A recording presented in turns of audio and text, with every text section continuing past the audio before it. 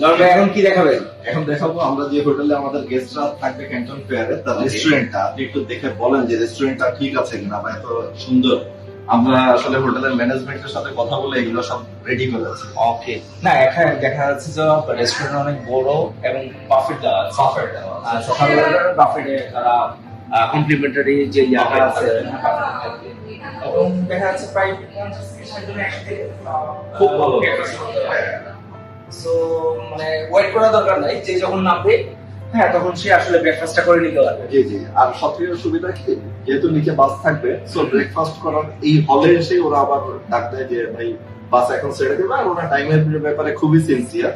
So আমরা সবাই তার ভিতরে ব্রেকফাস্ট করে নিব যাতে আমরা বাসটাতে ঠিক মতো যেতে পারি। তার রেস্টুরেন্টটা আসলে খুব সুন্দর। তারপরে খাওয়া দাওয়ার কোনো চিন্তা নাই, প্যারা নাই। আপনি তো এর আগে অনেক হোটেলে গিয়েছেন তাই না? দেখেন এই রেস্টুরেন্টটা কিন্তু না এনভায়রনমেন্টটা ভালো, তাতে ডেকোরেশন ইন্টেরিয়র ডেকোরেশনটা ভালো। আর আরেকটা ব্যাপার আছে, দেখেন আমাদের অনেকের ফ্যামিলি আসে তাদের জন্য আলাদা একটা ও, আচ্ছা। একদম সেপারেট এখানে কিন্তু বাচ্চাদের বসার জন্য আলাদা সিট দেওয়া আছে। It's really nice.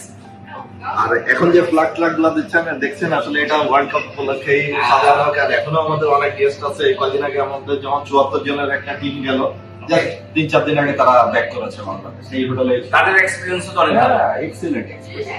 তো ধন্যবাদ ভাই। Thank you. Okay, thank you.